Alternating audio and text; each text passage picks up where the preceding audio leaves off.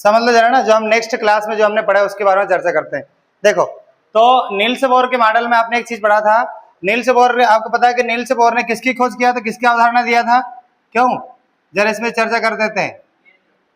कक्ष, केंद्र तो नाभिक होता है, नाभिक की खोज रदरफोर्ड ने किया था। किसने किया था? रदरफोर्ड। कक्ष की बात कर रहे हैं हम, तो कक्ष की अवधारणा किसने दिया था? नील्स बोर ने। इसे इतना अच्छा काम करने के लिए 1921 में, आपको पता है कि 1921 में नोबेल पुरस्कार दिया गया। एग्जाम में आया हुआ क्वेश्चन ही है ना ये। हाँ, तो इन्होंने कक्ष का क्या, इन्होंने कक्ष को किससे दर्शाया? इनने एन से। किससे? एन। और इस एन का मतलब क्या होगा मालूम है ना? 1 2 3 4। और उन्हें क्या नाम दे दिया इसका? इन्होंने नाम दे दिया के, एल, एम और एन।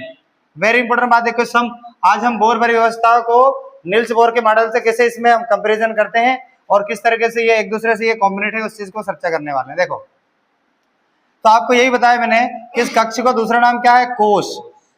क्या है? कोश। ठीक है। और इसी के अंदर आपको पता होगा इसके अंदर होता क्या है? इसके अंदर होता है उपकोश। क्या होता है? उपकोश। उपकोश का नाम याद रखना, क्या क्या है इसका? एस, पी, डी और एफ, है ना? एस, पी, डी और एफ। अब उपकोश के अंदर क्या होता है? कक्षक। ठीक है। और कक्षक के अंदर क्या होता है? इलेक्ट्रॉन। ठीक है। अब यहां पर समझ लो कि कक्षक क्या है। तो कक्षक कुछ नहीं है, एस में इलेक्ट्रॉन के भरने के आधार पर, एस उपकोश में इलेक्ट्रॉन के उपस्थिति के आधार पर कक्षक डिसाइड होते हैं कि कितने कक्षक उसमें होंगे। तो एस में कितने कक्षक होंगे? एक, क्योंकि इलेक्ट्रॉन भरे जाते हैं कितने? दो। कितने भरे जाते हैं? दो। पी में कितने ऑर्बिट होंगे? ऑर्बिटल कितने होंगे? तीन, क्योंकि इलेक्ट्रॉन भरे जाते हैं 6। ठीक है। डी में कितने होंगे? 5, क्योंकि इलेक्ट्रॉन भरे जाते हैं 10, है ना? एफ में कितने होंगे? 7, क्योंकि इलेक्ट्रॉन भरे जाते हैं 14। ठीक है। मैंने आपको ये बताया था क्वेश्चन जो किस तरीके से आता है, उसमें ये बताया था मैंने आपसे मैंने जैसे एग्जाम्पल ले लिया, कार्बन है। क्या है? कार्बन। यहाँ पर क्वेश्चन ये आएगा कि कार्बन के एम कोश में कितने, कार्बन के एम कोश में कितने इलेक्ट्रॉन है? कार्बन के एम कोश में कितने इलेक्ट्रॉन है? तो एम कोश का मतलब याद रखना, किसकी बात करें? तीसरे वाले की। यदि कार्बन में आपके पास, यदि कार्बन में एम कोश है तो आपको इलेक्ट्रॉन पता चल जाएगा, और नहीं है तो फिर शून्य हो जाएगा। देखो, तो कार्बन के एटॉमिक नंबर कितना होता है? 6। कैसे लिखेंगे आपको पता होगा, मैं इसको आज लिखना बता दूंगा आपको। 1s2 है ना, 2s2 और 2p6। ठीक है। देखो यहाँ पर ये जो 1 दिया है, ये 1 है, इसका मतलब पहला कक्ष की बात कर रहे हैं, और ये जो 2 दिया है इसका मतलब दूसरा। हाँ, तो ये तो ज्यादा हो गए। टोटल इलेक्ट्रॉन कितने भरे होना चाहिए? 6। तो आपका इलेक्ट्रॉन यहाँ बहुत ज्यादा होगा। यहाँ पर क्या होगा आपका लास्ट में? यहाँ पर क्या होगा आपका? 2 होगा। क्या होगा? 2। तो यहाँ पर m तो है नहीं ना, क्योंकि यह आपका क्या है? k है, और ये दूसरे की बार दूसरा ऑर्बिट, मतलब दूसरा ऑर्बिट वाला क्या बोलते हैं? l है। यहाँ पर m है क्या? नहीं है, मतलब यहाँ पर कोई, मतलब आपका कोई इलेक्ट्रॉन नहीं है, कोई इलेक्ट्रॉन नहीं है। ये क्वेश्चन इस तरह के बहुत पूछे जाते हैं। कि फिर आपको मैंने कल बताया था कि सोडियम है ना, सोडियम के एम कोश में, किसमें? सोडियम के एम कोश में कितने इलेक्ट्रॉन है? तो सोडियम का देखो कितना होता है? Atomic number 11। कैसे लिखेंगे इसमें? इसको लिखेंगे 1s2 2s2 2p6 और आपका 3s1। 11 हो गया, देखो गिनो। अभी हम इसी को पढ़ने वाले, बोर व्यवस्था। इसी बोर भरी जो हमारे पास जो व्यवस्था है, वो इसे इलेक्ट्रॉनों को भरने को क्रम को बताएंगे आपको। ठीक है, ये समझ आ। तो यहाँ पर क्या हो रहा है? तो ये हो गया। तो लास्ट में आपका देखो कितने, 1 2 और ये 3। इसका मतलब ये दोनों आपका क्या हो गया? ये आपका कोश एल कोश हो गया, और ये वाला आपका क्या होगा? के। और ये वाला कौन सा हो जाएगा आपका? एम। एम कोश में कितने इलेक्ट्रॉन है? और इसी को ही वैलेंस इलेक्ट्रॉन बोलते हैं। क्या बोलेंगे इसको? कि संयोजी, आपको आपसे पूछा जाएगा कि सोडियम में संयोजी इलेक्ट्रॉनों की संख्या कितनी होती है? कितना होता है? 1। संयोजी इलेक्ट्रॉन बोलो या वैलेंस इलेक्ट्रॉन, बहुत इंपॉर्टेंट है ये लास्ट के इलेक्ट्रॉन के बारे में, कई तरीके से पूछे जाते हैं इसको। तो ये क्या है? संयोजी कोश से पाए जाने वाले इलेक्ट्रॉन कितने हैं? 1 है, और इसको हम वैलेंस इलेक्ट्रॉन भी बोलते हैं, संयोजी इलेक्ट्रॉन। ठीक, चलो देखो जरा, अब बोर भरी व्यवस्था को समझ लो।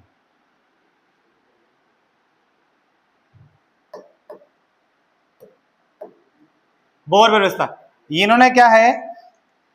ये एक प्रकार के इलेक्ट्रॉन को व्यवस्थित करने की व्यवस्था है। क्या है भाई? इलेक्ट्रॉन को व्यवस्थित करने की प्रक्रिया है। इलेक्ट्रॉन को व्यवस्थित करने की व्यवस्था है ना, ये अरेंजमेंट। व्यवस्थित मतलब क्या होता है, अरेंजमेंट, किस तरीके से इसको अरेंज किया गया, समझ रहे हैं यहाँ पर। अब इसने एक फार्मूला दिया है इलेक्ट्रॉनों को भरने का। इलेक्ट्रॉनों को भरने का क्या दिया, फार्मूला। जैसे एग्जांपल समझना, जैसे हमें मालूम है नील्स बोर के मॉडल में कि नाभिक होता है और नाभिक में न्यूट्रॉन और प्रोटॉन होते हैं। नाभिक के बाहर क्या होता है भाई, कक्ष होता है ना, इलेक्ट्रॉन तो होते ही है ना। इलेक्ट्रॉन जहां पर होता है उसको क्या बोलेंगे, कक्ष। क्या बोलेंगे, कक्ष। और दूसरे वाला ये भी कक्ष हो गया, ये भी कक्ष हो गया और ये भी कक्ष हो गया, ठीक है। ये जैसे कि हमें पता है कि नील्स बोर ने इन्हें पहले वाले को क्या दे दिया, के, दूसरे वाले ऑर्बिट को एल, फिर एम और एम। इनका ये नहीं कहने का तात्पर्य 1 2 और 3 और 4, ठीक है।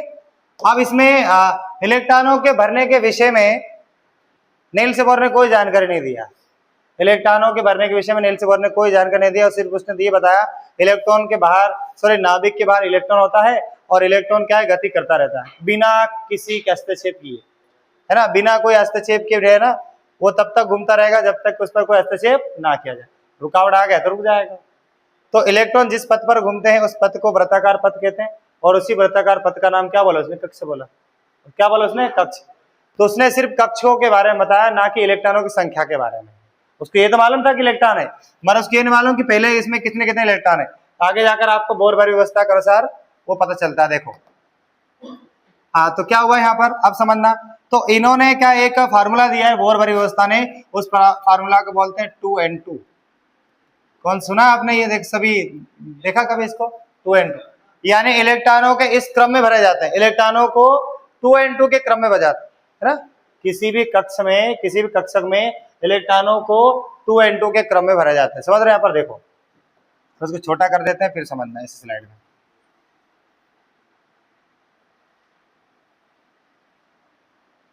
ये देखो, ये है आपका यहाँ पर कोश।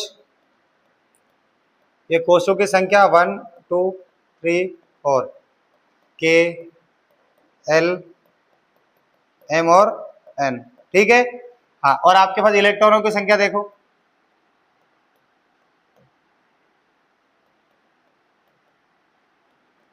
इलेक्ट्रॉनों की संख्या समझ लो।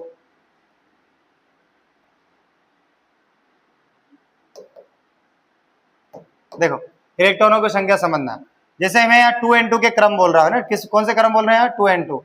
यहाँ पर लिख देते हैं बोर भरी व्यवस्था।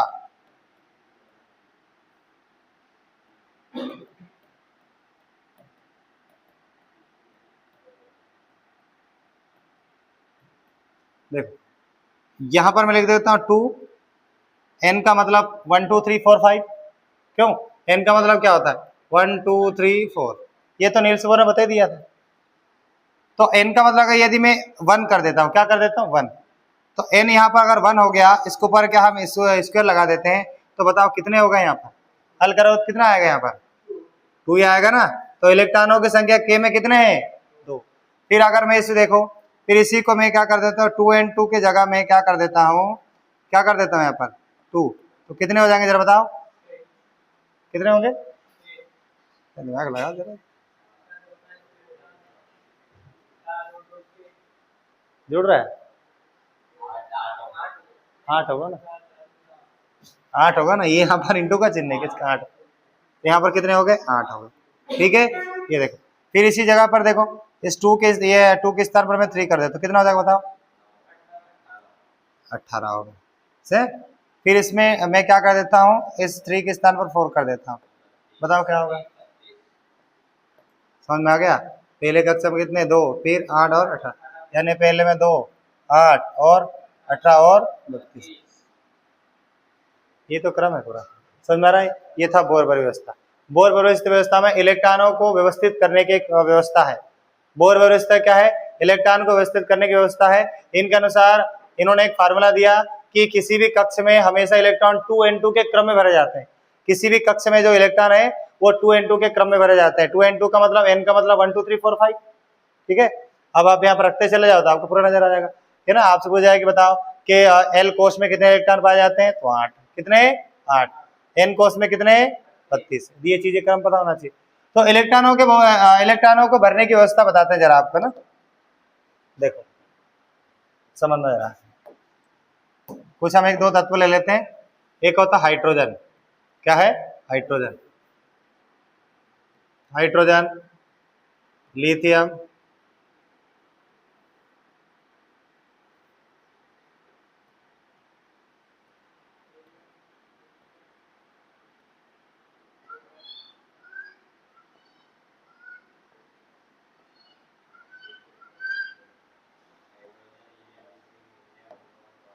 थोड़ा ऊपर कर देते ना,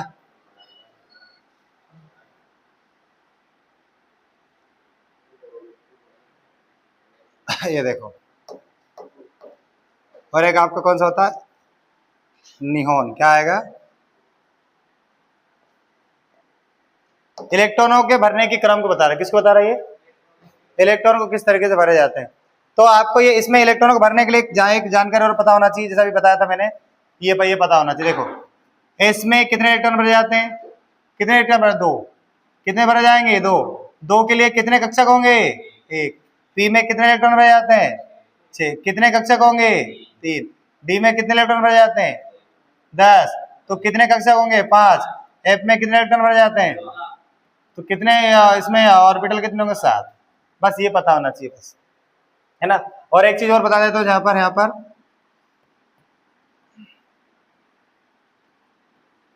टोटल कितने ऑर्बिट, अधिकतम कितने ऑर्बिट है हमारे पास? 4। समझना जरा ना, ये देखो आपसे पूछा है कि भी ये के, एल, एम और एन। के में हमारे पास जो के का कोश है ना, के हमारे पास जो ऑर्बिट है, इस ऑर्बिट में कितने उपकोश है? कितने उपकोश होंगे यहाँ पर? 1। कितने होंगे? 1, है ना।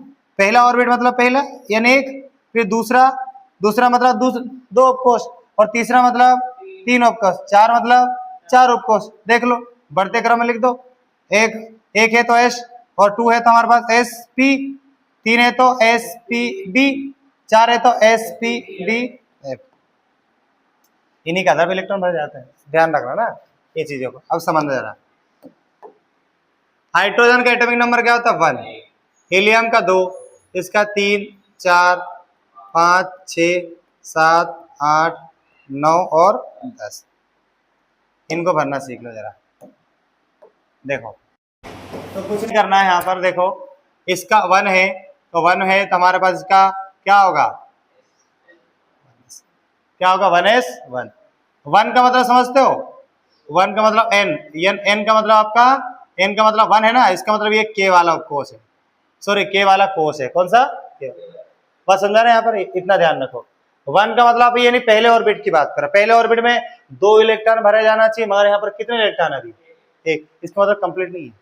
क्या है ये? कंप्लीट नहीं है, ये अभी अस्थायी है। कैसा है ये? अस्थायी। तो अस्थायी होने के लिए किसी न किसी से जुड़ेगा, या तो किसी से इलेक्ट्रॉन लेगा, यही काम है इनका। समझ रहे हैं यहाँ पर? ये देखो, और अधिकतम इसमें कितने इलेक्ट्रॉन रह जाते हैं? 2, और अभी फिलहाल में 1 ही है, 1 इलेक्ट्रॉन कमी है ना उसमें। देखो, और अगर स्कोर देखो जाए, अब इसी इलेक्ट्रॉन ये आपका मैं ऑर्बिटल बना देता हूँ, कक्षक बना देता हूँ, है ना, क्योंकि आपका मालूम, देखो ये पहले 1 जो लिखा है, ये 1 आपका क्या है मालूम है आपको? 1 आपका कक्ष है। 1 आपका क्या है? कक्ष है। और इस 1 के अंदर क्या है? एस क्या है आपका? उपकक्ष है। और इस उपकक्ष के अंदर क्या रहेंगे मालूम है आपको? कक्षक रहेंगे। क्या रहेंगे? कक्षक। तो कक्षक कैसे बनता है? ये आप इसको सर्कल में बना लो, या तो क्या इस प्रकार के रेक्टेंगल में बना लो, आपको जैसा लगे, है ना। कितने इलेक्ट्रॉन नजर आ रहे हैं यहाँ पर? 1। कितने? 1। इस प्रकार लिख लो, ये देखो, ठीक। अभी 1 इलेक्ट्रॉन की कमी है दोनों में, है ना। आप सर्कल में भी लिख सकते हो, रेक्टेंगल में लिख दो, आपकी इच्छा के अनुसार लिखते हैं, ठीक है। समझना जरा आप। अब देखो यहाँ पर, फिर आपके हीलियम में देखो, हीलियम कंप्लीट है, क्यों?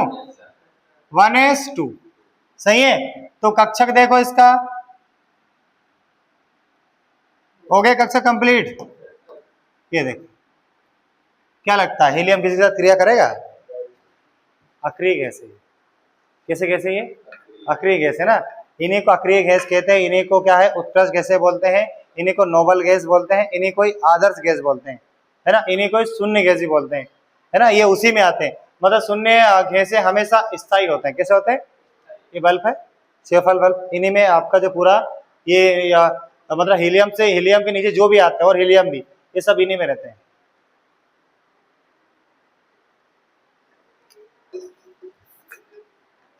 देखो आप समझना जरा, तो इसका मतलब कहने का तात्पर्य ये है, आपका हाइड्रोजन यहाँ पर क्या नजर आ रहा है, क्योंकि कंप्लीट नहीं है ना, ये इलेक्ट्रॉन यहाँ पर क्या है, कंप्लीट नहीं है, तो मतलब ये कैसे अस्थायी है। और जो अस्थायी होता है पता है क्या होता है? अस्थायी वाला हमेशा रंगीन होता है। कैसा होता है?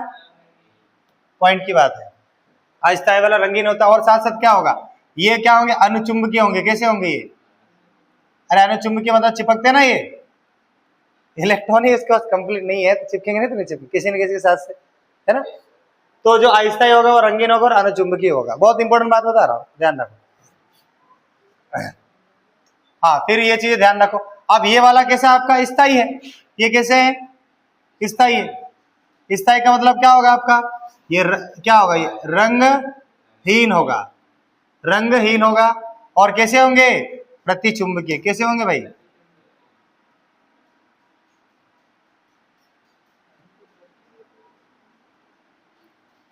बात समझ, इतना ध्यान रखना ये चीजों का। फिर आते हैं, आप क्या लिखते हैं? हम लिखते हैं हीलियम, सॉरी लिथियम।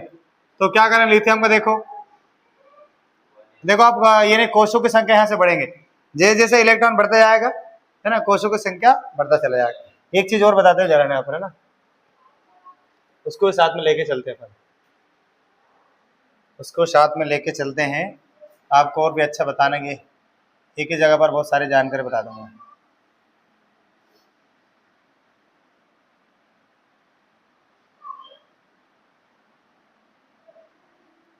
देखो यहाँ पर क्या है, आपको यहाँ पर ये ध्यान रखना है कि यहाँ पर क्या होंगे, इसका जब हम बनाएंगे न्यूट्रॉन और ये प्रोटॉन होंगे, ठीक है ना। इसके बाहर कक्ष में कितने इलेक्ट्रॉन थे यहाँ पर?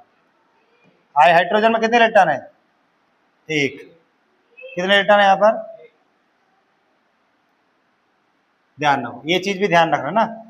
जैसे जैसे इलेक्ट्रॉनों की संख्या बढ़ते जाएगा, कक्षकों की संख्या बढ़ते जाएगा, वैसे वैसे नाभिक से इलेक्ट्रॉनों की दूरी बढ़ते जाएंगे। समझो, नाभिक से इलेक्ट्रॉनों की दूरी बढ़ेगा, तो नाभिक से इलेक्ट्रॉनों की दूरी बढ़ेगा तो इलेक्ट्रॉनों की ऊर्जा क्या होगा, बढ़ेगा घटेगा? बढ़ेगा। समझ रहे हो यहाँ पर ये चीजें? देखो यहाँ पर हीलियम, इसकी तो बनाने की कोई जरूरत नहीं क्योंकि ऑलरेडी कंप्लीट है हीलियम में, ठीक। लिथियम का देखो, तो लिथियम में 1s2 हो गया, ठीक है।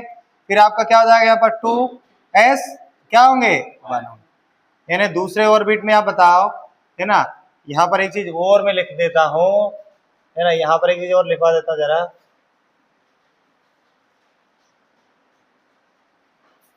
क्या है पूरा आपका, पहले वाले को क्या बोलेंगे के, फिर दूसरे को एल, क्यों? पहले को क्या बोलेंगे के, दूसरे को बोलेंगे एल, फिर एम, और आपका क्या होगा एन, है ना। अब देखना जरा, अब इसमें आपको एम है, एल है या नहीं है, है ना। एल में कितने इलेक्ट्रॉन है यहाँ पर? एक। समझ में आ रहा है यहाँ पर? देखना आगे जाकर, तो आगे जाकर से डब्बे बढ़ते चले जाएंगे। देखो इस प्रकार से, पहले में हो गया कंप्लीट, पहले में जो इलेक्ट्रॉन जो हो गया वो इलेक्ट्रॉन आपको नजर आ रहा है 2, ठीक है। अब दूसरे वाले में देखो, और आपको ये बता दूं, एस के एक ही ऑर्बिट बनेंगे, वो भले दूसरे में हो, एस का हमेशा एक ही ऑर्बिटल बनेगा, एक ही कक्षक बनेंगे। तो यहाँ पर कितने इलेक्ट्रॉन हो गए आपके, ठीक ये। और ये हमेशा क्लॉकवाइज और एंटी क्लॉकवाइज में भरे जाते हैं, दक्षिणाव्रत और वामाव्रत, है ना। आगे क्वांटम फिजिक्स पढ़ेंगे तो उसमें बता दूंगा अच्छी तरीके से। ये अभी भी ये भी कंप्लीट है क्या? नहीं, एक इलेक्ट्रॉन कम है, इसमें एक इलेक्ट्रॉन अभी भी कम है, ध्यान रखो ये चीज। अच्छा, अगर मैं और बनाने जाऊं, अगर इसने एक ऑर्बिट बनाऊं, एक दूसरा हो गया, मतलब आपको कहने का था पहला ऑर्बिट तो इसने कंप्लीट कर लिया। क्या कंप्लीट कर लिया? पहले तो कंप्लीट कर लिया, यानी दूसरे में आपको क्या होंगे, क्यों? दूसरे में कितने इलेक्ट्रॉन है? एक इलेक्ट्रॉन। कितने इलेक्ट्रॉन? एक इलेक्ट्रॉन। ध्यान रखो, समझ। फिर आते हैं, आपका आ गया कौन सा, आपका ये आपका आता है ये बेरिलियम है। क्या है ये? बेरिलियम। क्या करोगे? 1s2 2s2 कंप्लीट है, ये भी बेरिलियम कंप्लीट है यहाँ पर। ये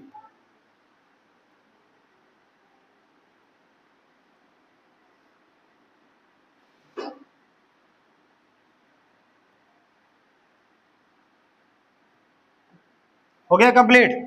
हाँ, तो आपको एक और बता दूं, आपको मालूम है कि 2 वाले में कितने कितने उपकोष रहते हैं? 2। एस के साथ हमेशा पी आएंगे, आपको भले चाहे 0 लिखना हो, एस के साथ पी तो आते हैं। तो समझ कहने का तात्पर्य ये है, यहाँ पर आपको जो है, यहाँ पर आपको 2p को क्या करना पड़ेगा, 0 रखना पड़ेगा, और ऑर्बिट भी आपको यहाँ पर बनाना पड़ेगा। p के कितने ऑर्बिट बनते हैं, 3 बनते हैं ना, कितने बनते हैं, 3 बनते हैं, वो लिखा है ना 3, तो यहाँ पर 0 बनेगा, क्या है 0, ये दिखाना पड़ता है, ध्यान रखो हमेशा, क्योंकि इलेक्ट्रॉन कभी कभी बहुत खुश हो जाते हैं तो अपने ऑर्बिट से दूसरे ऑर्बिट में चला जाता है, निम्न ऊर्जा से उच्च ऊर्जा में जाते हैं, कल हम पढ़े थे नील्स बोर में, निम्न ऊर्जा से उच्च ऊर्जा में जाते हैं, और निम्न से जब उच्च में जाएंगे तो इसमें स्पेक्ट्रम रंग निकलते हैं, रंग है, तो वो किस कंडीशन में होता है, वो जब इलेक्ट्रॉन अस्थायी हो, अस्थायी होंगे तो निम्न से उच्च में जाएंगे, किसी न किसी के साथ जाएंगे इलेक्ट्रॉन, ध्यान रखो। तो यहाँ पर भी क्या है, उच्च से निम्न में और निम्न से उच्च में जाते हैं इलेक्ट्रॉन, कल बताया था ना मैंने, देखो। तो यहां पर कभी कभी क्या होता है कि ये इलेक्ट्रॉन जो है यहां चला जाएगा, ये आपको बताऊंगा नेक्स्ट इसमें, संकरण चैप्टर आएगा, संकरण, हाइब्रिडाइजेशन जिसको बोलते हैं, संकरण चैप्टर, एसपी, इन्हीं के बारे में, एसपीडीएफ है ना, अभी थोड़ा बता दूंगा आगे उसके बारे में, इस प्रकार ट्रांसफर कैसे हो रहा है।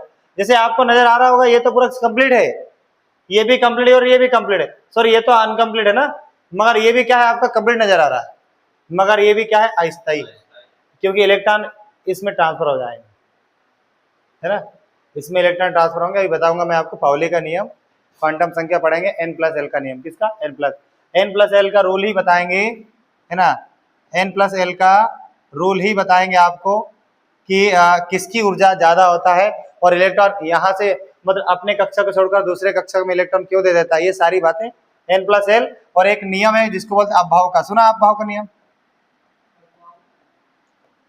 अपभाव का नियम, ये दोनों को नियम से पता चल जाएगा आपको, है ना, मैं एक चार्ट बनाऊंगा समझ आता तुम्हें, अपभाव का नियम। हाँ तो इसको ध्यान रखो, चीजों को जिस तरीके से लिख रहे हो उतना ध्यान रखो। तो ये इलेक्ट्रॉन यहाँ भी ट्रांसफर होते हैं कभी कभी, ध्यान रखो, ये है ना, मैं इस अभी इसका ये मैं व्हाइट से लिख रहा हूँ, इसके अंदर इलेक्ट्रॉन ट्रांसफर नहीं हुआ, इलेक्ट्रॉन ट्रांसफर हो सकते हैं, इतनी बात ध्यान रखना। और यहाँ पर जो इलेक्ट्रॉन है, जो एक्यूरेट जो इलेक्ट्रॉन है वही दिखा रहा हूँ मैं। चलो आगे बढ़ते हैं फिर। हाँ 5 है तो क्या करोगे बताओ, 1s2 2s2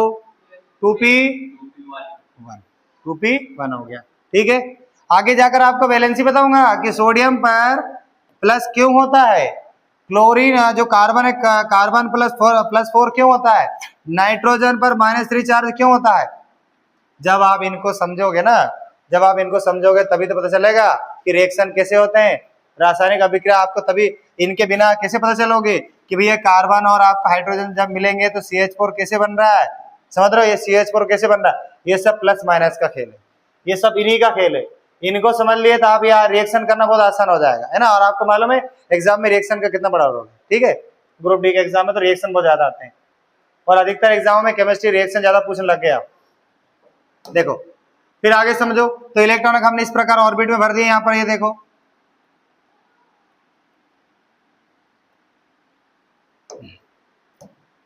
सब देखो यहाँ पर, है ना, कितने इलेक्ट्रॉन है यहाँ पर, 2, है ना, यहाँ पर कितने हो गए, 2 हो गए, और यहाँ इसके कितने हो गए अपने पास, ये चालू हो गया 1 इलेक्ट्रॉन, ठीक है। चलो यही वाला पेन ले रहा, ये 1 इलेक्ट्रॉन हो गया।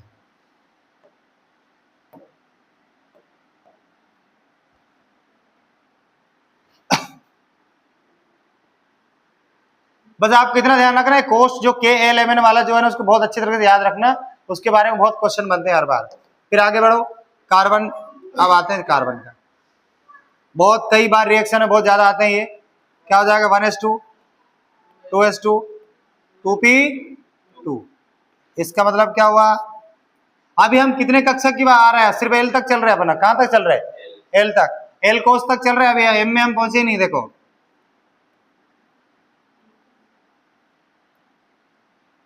हाँ कितने, 2 हो गया, 2 इलेक्ट्रॉन हो गया, यहाँ भी 2 इलेक्ट्रॉन हो गया, सेम वही हो गया।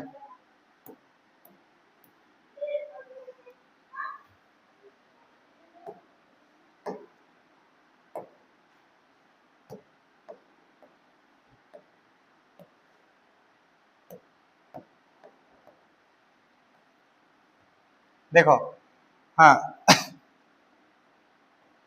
कितने इलेक्ट्रॉन है वहां पर, 2 इलेक्ट्रॉन है, तो इलेक्ट्रॉन क्या ऐसा भर दूं क्या इस प्रकार से, ऐसा भर सकते हो क्या, नहीं भर सकते। इस तरीके से इलेक्ट्रॉन कभी भर ही नहीं सकते भाई, ध्यान रखना। इलेक्ट्रॉनों को जो भरा जाता है कभी भी एक एक क्रम में पहले क्या करना है, टोटल कितने इलेक्ट्रॉन भरे जाते हैं इसमें, 6 इलेक्ट्रॉन, टोटल 6 इलेक्ट्रॉन भरे जाते हैं। तो आपको पहले क्या एक एक इसको हाफ कंप्लीट करना है, कितना कंप्लीट करना है, हाफ कंप्लीट करोगे तब जाके आपको इसको फिर उसके बाद फिर इस प्रकार से आप भरने चले जाओगे, तो नहीं जाओगे। समझ में आ रहा है यहाँ पर ये चीजें। तो आपको ध्यान रखना इलेक्ट्रॉनों को, जैसे आप यहाँ देखो ये आपका क्या हो गया ये, तो इलेक्ट्रॉन का भी एक इलेक्ट्रॉन अभी लास्ट में एक और बाकी है, अभी देखो जैसे भरते चले जाएंगे, समझना लास्ट तक। नियॉन में देखो यहां से जब शुरू हो गए और लास्ट में यहां तक आओगे तो आपको स्थायी ऑटोमेटिक स्टेबिलिटी पता चल जाएगा। इलेक्ट्रॉन जैसे जैसे बढ़ते जाएगा उसकी स्टेबिलिटी वैसे वैसे बढ़ते जा रहा है, ध्यान रखो, समझो क्या होंगे यहाँ पर देखो 1s2 2s2 2p3 कंप्लीट हो गया, इलेक्ट्रॉन कंप्लीट हो रहा है कि नहीं हो रहा, देखो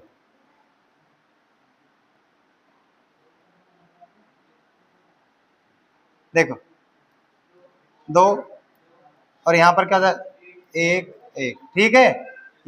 ये हाफ कंप्लीट हो गया, इलेक्ट्रॉन क्या है हाफ कंप्लीट। कहीं ना कहीं ये भी स्टेबल हो सकता है, स्थायी हो सकता है, क्योंकि उसको 50% उसको इलेक्ट्रॉन मिल चुका है उसको। समझ में आ रहा है यहाँ चीजें। देखो फिर आते हैं इसको, देखो आप ऑक्सीजन का देख लो क्या होंगे, बोलो 1s2 2s2 2p4 इलेक्ट्रॉन। आप देखो फिर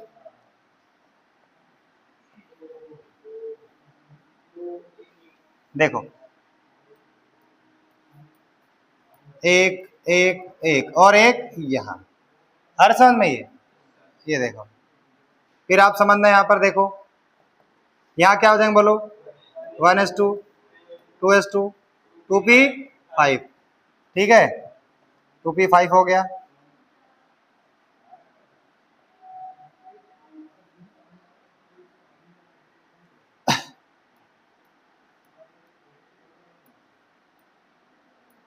बढ़ गया एक इलेक्ट्रॉन, क्यों एक इलेक्ट्रॉन बढ़ गया ना इसमें, पी में बढ़ा कि नहीं बढ़ा। देखो अब यहाँ पर देखो आप लास्ट में निहोन आ गए, अब जब कंप्लीट हो जाएगा वो स्टेबल हो गया ना, स्थायी हो जाएगा ना, यहाँ पर देखो क्या हो जाएंगे 1s2 2s2 2p6 हो गए, कंप्लीट हो गए सारे के सारे कंप्लीट, ये स्थायी हो गया। और ये किसी को इलेक्ट्रॉन दे भी नहीं सकता, क्यों, किसी क्रिया भी नहीं कर रहा है, क्योंकि उसको मालूम है यहाँ पर कोई जीरो है ही नहीं ना। क्योंकि आपको सेकंड वाले में देखो sp होगा, अगर d होता तो रिक्त स्थान होता, तो d में कभी कोई चले जाता है ना। जैसे sp अगर होता तो और यहाँ पर d में इलेक्ट्रॉन बिल्कुल आपको अगर कोई खाली रहता हो तो उसमें d में p का जो इलेक्ट्रॉन d में चला जाता है, या s का इलेक्ट्रॉन d में चला जाता है, मगर यहाँ पर ऐसा नहीं हो रहा। ठीक है, देखो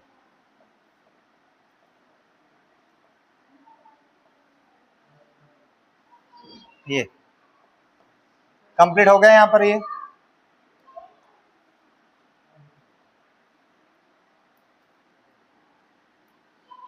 हो गया कंप्लीट ये चीजें। हाँ अब एक चीज और बता दो जरा इसमें कि आपके शब्द आता है कि एस ब्लॉक के तत्व किसे कहते हैं, पी ब्लॉक के तत्व किसे कहते हैं, डी ब्लॉक के तत्व किसे कहते हैं, एफ ब्लॉक के तत्व किसे कहते हैं। जरा इस चीज पे चर्चा करो, जरूर समझ लो, है ना जी।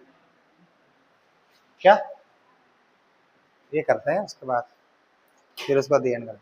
आज इतने ही काफी, क्या इतने ही काफी, ज्यादा भी ओवर। क्या बोल रहा है, वैसे डिलीट हो जाएगा, टेंशन मतलब कट पिट कर देंगे, टेंशन क्यों लेते हैं। न्यू पेज का, हाँ न्यू पेज ही बताएंगे।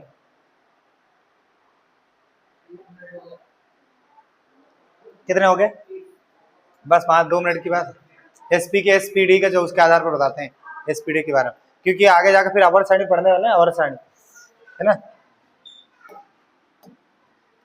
देखो तो अब हम क्या एस ब्लॉक के तत्व किसे कहेंगे, पी ब्लॉक के तत्व किसे कहते हैं, डी ब्लॉक के तत्व किसे कहते हैं, और एफ ब्लॉक के तत्व किसे कहते हैं। यानी आवर सारणी में देखो एक छोटा सा आवर सारणी बना देता हूं मैं जरा।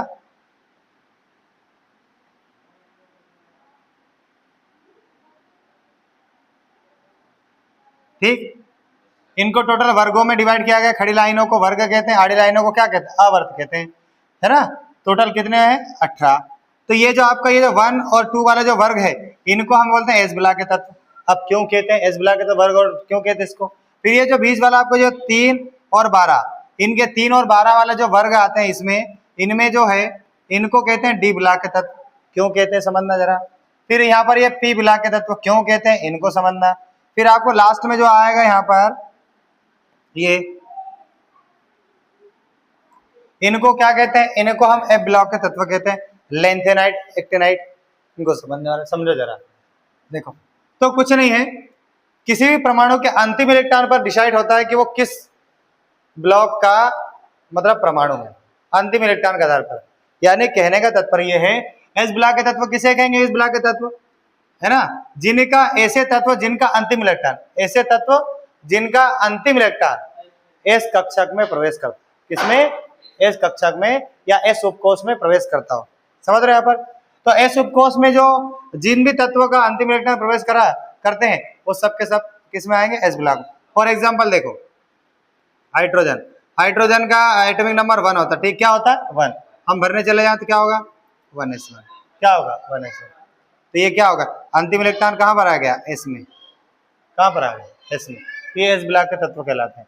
फिर आपके एग्जाम्पल है सोडियम, क्या है सोडियम, एटॉमिक नंबर 11, क्या है, हम क्या करेंगे, हम करेंगे 1s2, ठीक है, 2s2, 2p हो गया 6, फिर 3s1। अच्छा लास्ट इलेक्ट्रॉन कहाँ पर आ गया, एस में, एस ब्लॉक के तत्व कौन सा है, एस ब्लॉक। देखो तो एस ब्लॉक के दो तत्व होते हैं, एस ब्लॉक के 1 और 2, यानी एस ब्लॉक फर्स्ट और S block second, S block first और सेकंड, इसको दो डिवाइड। और देखो दूसरा एक बता देता हूं आपको, बेरिलियम, कौन सा, बेरिलियम, एटॉमिक नंबर होता है 4, कितना होता है 4। क्या करोगे 1s2 2s2। अच्छा ये 2s2 में आ गया, इसका मतलब समझते हो, यहाँ पर आ गया, देखना जरा 1s2 और 2s2 और 2p 0, तो यहाँ पर इलेक्ट्रॉन कहाँ पर आ गया, एस में, और ये भी s2 है ये, और 2s2 हुआ, तो 2s2 का मतलब समझ लेना कि s यानी एस ब्लॉक के सेकंड एलिमेंट है ये, क्या है, एस ब्लॉक के सेकंड तत्व ये है ना, एस ब्लॉक के सेकंड तत्व की श्रेणी में आते हैं ये बेरिलियम। फिर इसके एक और देख लो, फिर आते हैं मैग्नीशियम, कौन सा आता है, मैग्नीशियम, एटॉमिक नंबर होता है 12, कितना होता है 12। क्या करोगे आप, बोलो 1s2 2s2 2p6 और आपका क्या हो जाएगा 3s2, सही है कि नहीं। तो लास्ट में क्या है 3s2, s2 हो रहा है ये, देखो s1 है तो ये वाला पहला वर्ग नंबर 1, और लास्ट में क्या है s2 है, और यहाँ भी कहाँ है, और कहाँ पर s2 आ रहा है, यहाँ, तो s2 यहाँ भी आ रहा है, इसका मतलब समझ लें वर्ग नंबर 2 का है, किसका है, वर्ग नंबर 2 का है। बस समझ में आ गया ये चीजें। देखो अब इनका और समझ लो जरा,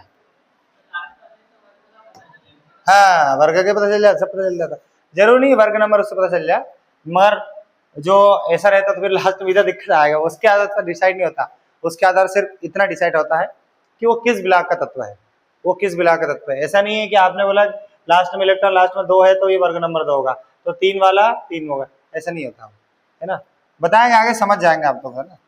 देखो जरा आप एक दो जरा इसको समझते हैं, फिर क्लास को दी एंड देखना जरा। पी ब्लॉक, पी ब्लॉक में हम एक ऐसे तत्व ले लेते हैं जैसे कार्बन, क्या लेंगे कार्बन, कार्बन मतलब उसका लेते हैं, बोरान को लेते हैं, किसका, बोरान, एटॉमिक नंबर होता है 3, 3 नहीं है 5 होता है। क्या करोगे 1s2 2s2 2p1, लास्ट में इलेक्ट्रॉन कहाँ चला गया p1 में, किसमें p1 में। इसका मतलब ये क्या हुआ, ये p ब्लॉक के तत्व है, किसका, ये p ब्लॉक के। यहाँ पर जो पहला वर्ग नंबर 13 में जो है ना, वर्ग नंबर 13 उसमें ये वाला लाइन आता है, ठीक है, सेंटेंस बता दूंगा। फिर आते हैं कार्बन, कार्बन का एटॉमिक नंबर होता है 6, क्या करोगे 1s2 2s2 2p6, गलत होगा क्या, 2 है ना, हाँ। इसका मतलब क्या हुआ, ये आपका कौन सा वर्ग नंबर, ये 14 में आते हैं, मगर याद रखना p1 में जैसे p1 p2 p3 इस प्रकार से बढ़ते चले जाएंगे, जैसे जैसे आप boron carbon nitrogen oxygen fluorine तक जाओगे तो इलेक्ट्रॉन वैसे बढ़ते चले जाएगा, ये चीजें ध्यान रखो। ये तो आपको लास्ट में क्या है आपका पी ब्लॉक हो गया। फिर आता है डी ब्लॉक का, देख लो डी ब्लॉक में मैं लेता हूँ स्कैंडियम का, किसके लेता हूँ स्कैंडियम, डी ब्लॉक का ध्यान रखना ना। डी ब्लॉक में देखो तो स्कैंडियम ले रहा हूं मैं, यहाँ पर यही ले लेता हूँ स्कैंडियम, एटॉमिक नंबर 21 होता है, कितना होता है 21। क्या करोगे 1s2 2s2 2p6 3s2 3p6, गिनो हो गया 18, 18 कितना 18 हुआ ना, अभी 18 हुआ ये, 18 हो गए ना, कितने बाकी है? 3 बाकी है। अब 3s2 3p6, और इसमें आपको मालूम है तीसरे वाले में क्या आता है? 3d भी आता है। अरे तीसरे वाले में 3d आता है कि नहीं आता? देखो d भी आता है, d को रखना पड़ेगा ना। हाँ तो 3d में आ रहा है। तो लास्ट में कितने इलेक्ट्रॉन आपके पास? 3 बाकी है ना, यहाँ पर 2 कर दो, लास्ट में कर दो, है ना, 2 मत करो, इसमें वो कर दो, इसमें 1 कर दो, और लास्ट में 4s2 कर दो। इलेक्ट्रॉन बाहर से अंदर की ओर आता है ना, सॉरी अंदर से बाहर है, बाहर से अंदर की ओर आता है। इलेक्ट्रॉन लास्ट में 3 भरा, अंतिम में 3 भराना चाहिए था। क्या अंतिम में 3 कक्षा भराना चाहिए? हमारा 2 हुआ डायरेक्टली। तो इलेक्ट्रॉन आपको लास्ट में दिखाई दे रहा है, किस में आ गया? ये डी में। इलेक्ट्रॉन किस में भरा गया? डी में। तो इसको हम बोलेंगे डी ब्लॉक के तत्व। कौन सा? D block. ए ब्लॉक की जानकर हम कल का ब्लॉक के विषय में कल चर्चा करते हैं। लेंथेनम एक्टिनम में किसी एक को ले लेते हैं, उसे बता दूंगा। उसमें ब्लॉक सेम टू सेम वही कहानी है ना। हम लेंथेनम एक्टिनम किसी को भी लेकर अंतिम इलेक्ट्रॉन के आधार पर डिसाइड होता है कि वो कौन सा ब्लॉक का तत्व। ठीक है, इसके साथ अपने क्लास को दी एंड करते। ठीक, बंद कर दो, बंद कर दो, बंद कर दो।